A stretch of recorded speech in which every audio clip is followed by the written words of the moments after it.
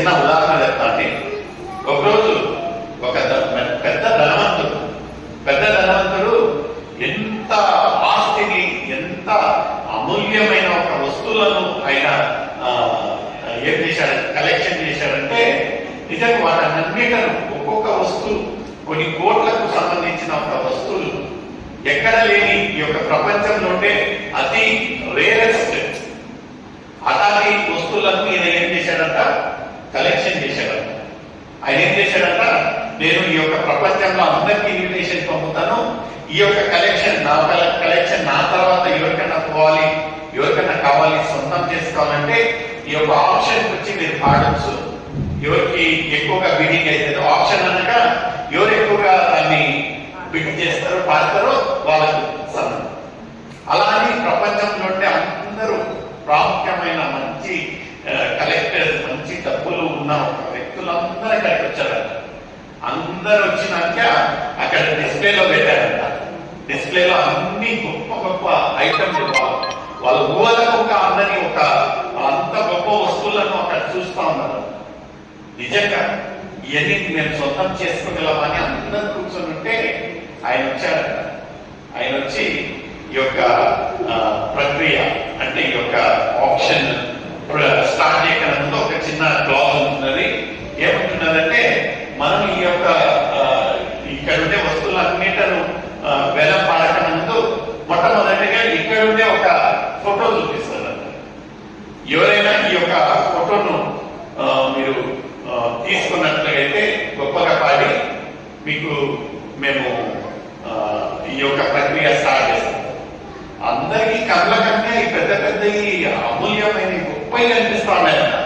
ఇక్కడ చూస్తే యాదో ఒక తెలియని ఒక వ్యక్తి ఫోటో పెట్టి ఈయన తిక్క వాటి గురించి మేము ఇక్కడి వరకు వస్తే సిద్ధపడి ఈయనకి ఒక ఫోటో చూపించి ఇక్కడ ఇది క్లియర్ అయితేనే కానీ నేను ఆప్షన్ బాగాని అనుకుంటా ఉన్నాడు. ఏదో కానీ అందరు గమనున్నారట, ఎవరికి తిక్క ఉంటే వాళ్ళు కొనుక్కుంటారు. ఎవరు పాడలేదు. ప్రపంచంలో ఉండే ప్రఖ్యాత ఆప్షనల్స్ అందరూ అక్కడ ఉన్నారట. అయితే ఎవరైనా ఒక ఫోటోకి వెళ్ళి చూడాలన్న చుట్టంలో పాడనన్న పాటంలే, maybe at the bottom rate కన్నా పాడి తీసుకుంటారేమో అనుకొని ఒక్క బిడ్డింగ్ బేస్ పెట్టలేదట. ఇక్కడి నుంచి స్టార్ట్ చేయాలి కాలంకి, దానికి ఎంతనా పాడి తీసుకోండి, దీని తర్వాత మనం ఈ యొక్క ప్రక్రియ స్టార్ట్ చేస్తారు. ఎవరు కానీ కొనుక్కోలేదు, అసలు దాని గురించి పాడలేదు.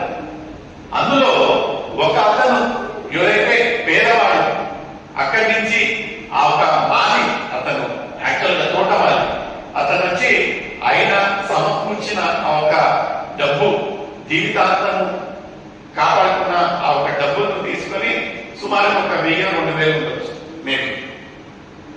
ఆయన అన్నాడంట, నాకు ఆ ఒక ఫోటో కావాలి, నాకు కావాలని ఆ ఒక ఫోటో అని ఆ ఒక విలువ చెల్లించి ఆ ఒక ఫోటో సొంతం చేసుకోగానే ఈ యొక్క ధనవంతుడు వచ్చి ఓకే, ఇంకా ఈ యొక్క ఆప్షన్ ప్రక్రియ ఇంతటికి సమాప్తమైంది, మీరందరూ మీ యొక్క ఊర్లకు వెళ్ళొచ్చు. వాళ్ళలో ఆందోళన, ఏంది మేము ఆప్షన్ గురించి వచ్చాం కదా, ఇంకా వేలం పాట స్టార్టే కాలేదు, అప్పుడే ముగించిందంటా ఉంటున్నారంటే లేదు, ఇక్కడ ఉండే ఈ యొక్క విలువైన వస్తువులన్నీ ఆ ఒక వ్యక్తి కొనుక్కొని వెళ్ళిపోయాడు. ఏంటయ్యా అని చెప్పేది, మామూలుగా అయితే 1000-2000 ఇన్ని వస్తువులు ఆయన కొనుక్కున్నాడు. ఏంటి నువ్వు చెప్పే మాట అంటే, మీకు తెలుసో తెలియదో ఈ యొక్క ఫోటో ఏమైతే పెట్టుకున్నానో ఈ యొక్క ఫోటో వచ్చేసి నా ప్రియమైన నా కొడుకుది. నేను ఇంత ఆస్తి అంత సంపాదించింది నా ఒక కొడుకు కొరకై నేను సంపాదించుతున్నాను. అయితే ఈరోజు ఆ ఒక ఆస్తి ఎంజాయ్ చేయడానికి నా ఒక కొడుకు లేడు. అందుకని నా ఒక మైండ్ లో నేను ఏం ప్రిపేర్ అయ్యానంటే, ఎవరైతే నా ఒక కొడుకుకి ఇచ్చే ఒక ప్రత్యేకత, ప్రాముఖ్యత, ఇంపార్టెన్స్ ఆయన గుర్తించి ఎవరైతే ఈ యొక్క ఫోటో తీసుకుంటారో ఏ ఒక్క రూపాయి లేకుండా నేను ఈ యొక్క వస్తువులు సమస్త ఆస్తి అంతా ఆ ఒక వ్యక్తికి ఇవ్వాలనుకుంటున్నాను. ఈ రోజుగా ఒక తండ్రి పైనుంచి ఆ యొక్క విలువైన కుమారుడిని మన కొరకై ఇచ్చుంటున్నాడు. ఆయన చిత్రమాట ఏముంటున్నాడంటే, ఎవరైనా ఆయన యొక్క విరిగిన హృదయాలతో యథార్థంగా ఆయన యొక్క సొంత రక్షకునిగా అంగీకరించినట్లయితే సమస్తం ఆయనకు నేను సమకూరుస్తానంటాను. అయితే మన ఒక ధ్యానము, మన ఒక దృష్టి, మన ఒక ఆలోచనలన్నీ చుట్టుపక్కల రంగంగా కనిపించే వాటి గురించే కానీ ఎవరైతే మన కొరకే ఆ ఒక శిలువలు వేలాడుతున్నాడో, ఆయన ఒక ప్రతి బొట్టు రక్తమని కాల్చుంటున్నాడో వాటిని వ్యాపారం ఎలా ఉంటుందండి చూడండి. నిజంగా ఆ ఒక ఉదాహరణ చూసినప్పుడు really there were goose bumps in my life. ఇలా ఉండాలి. ఎందుకంటే we don't know the importance of God. దేవుడికి ఒక ప్రాముఖ్యతనే మనం ఇయ్యాలి. నాతో పాటు నేను ఇక్కడ నిల్చున్నానంటే పెద్దగా అందరు సహజంగా.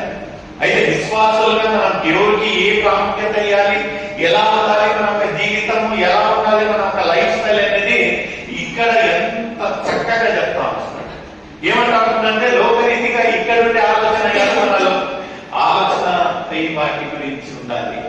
మేబీ గతంలో మనం అలా ఉంటున్నామేమో. అయితే గతంలో హల్లెలూయా, దేవుడికి స్తోత్రం కలుగును గాక. నిజంగా దేవుడు గడిచిన ఒక వారం నుంచి ఈ రోజు ఈ యొక్క నూతన క్షణం వరకు మనల్ని కాచి కాపాడేలా కొరకే దేవుడిని స్తుతిస్తూ మరొకసారి మీకు అందరికీ ఒక శుభవాక్యం ఏమంటున్నానంటే, మన ఈజ్ గ్రేస్ మినిస్ట్రీస్ దాదాపుగా 1900 సబ్స్క్రైబర్స్ పోయిన వారం రీచ్ చేయించున్నది. దేవుని యొక్క కృప ద్వారా 2800 వర్తమానాలు అంటే 2800 వీడియోస్ కనుక మనము యూట్యూబ్లో లాంచ్ చేసి ఇచ్చినాము. సకల మహిమ దేవుడికి మాత్రమే మహిమ. మన ఉద్దేశం ఏమంటున్నారంటే సర్వలోకానికి వెళ్ళి సువార్త ప్రకటించాలి. మనం అన్ని దేశాలకు అన్ని మూలల్లో తిరగలేము కనుక సీమితంగా ఉంటున్నాము. అయితే టెక్నాలజీ ఎంత అడ్వాన్స్ ఉంటున్నదంటే దేవుని యొక్క కృప ద్వారా